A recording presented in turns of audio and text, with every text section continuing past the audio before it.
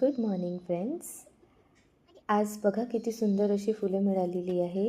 2 त्याच्यामध्ये आपल्याला कृष्णकमळाची फुलं पण आहेत. तुमच्यापैकी किती लोकांकडे कृष्णकमळ आहे मला कमेंटमध्ये नक्की सांगा. आजचा दिवस जो आहे तो खूप स्पेशल आहे, कारण आम्ही आज 400 वर्ष जुन्या महालक्ष्मींचे दर्शन करणार आहे आणि सोबत आम्हाला प्रसादाला पण इन्व्हिटेशन आहे. सो आजचा जो स्वयंपाक आहे सकाळचा, तो असा काही स्पेशल करणार नव्हती मी, कारण हलकं-फुलकं. सो मला सुचलं की मी डाळभाजी आणि भात करावा. माझ्याकडे आंबट चुका घेतलेला होता मी, तर त्याचीच मी आज डाळभाजी केलेली आहे. आंबट चुका पण बऱ्याच लोकांना माहिती असेल की नाही मला कमेंटमध्ये नक्की सांगा.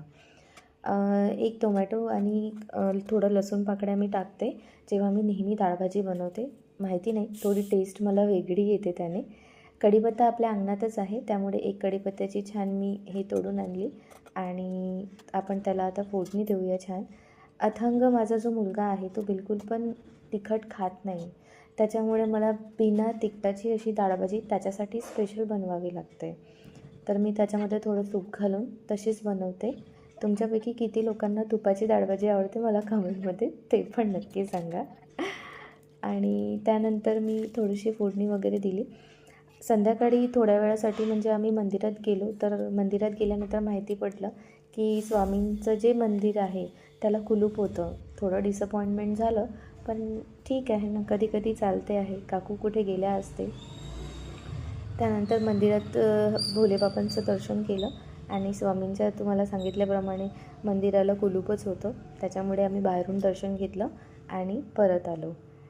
थोडं संध्याकाळी तयारी साधीच केली. मी साडी वगैरे काही घातली नाही, कारण अथंग खूपच मस्तीखोर आहे.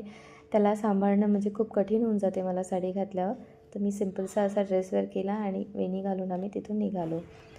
निघाल्यानंतर आम्ही जिथे दर्शन करायला गेलो होतो, बघा किती सुंदर त्या महालक्ष्म्या आहेत. खूप छान वाटलं तिथे जाऊन दर्शन करून आणि प्रसाद घेऊन.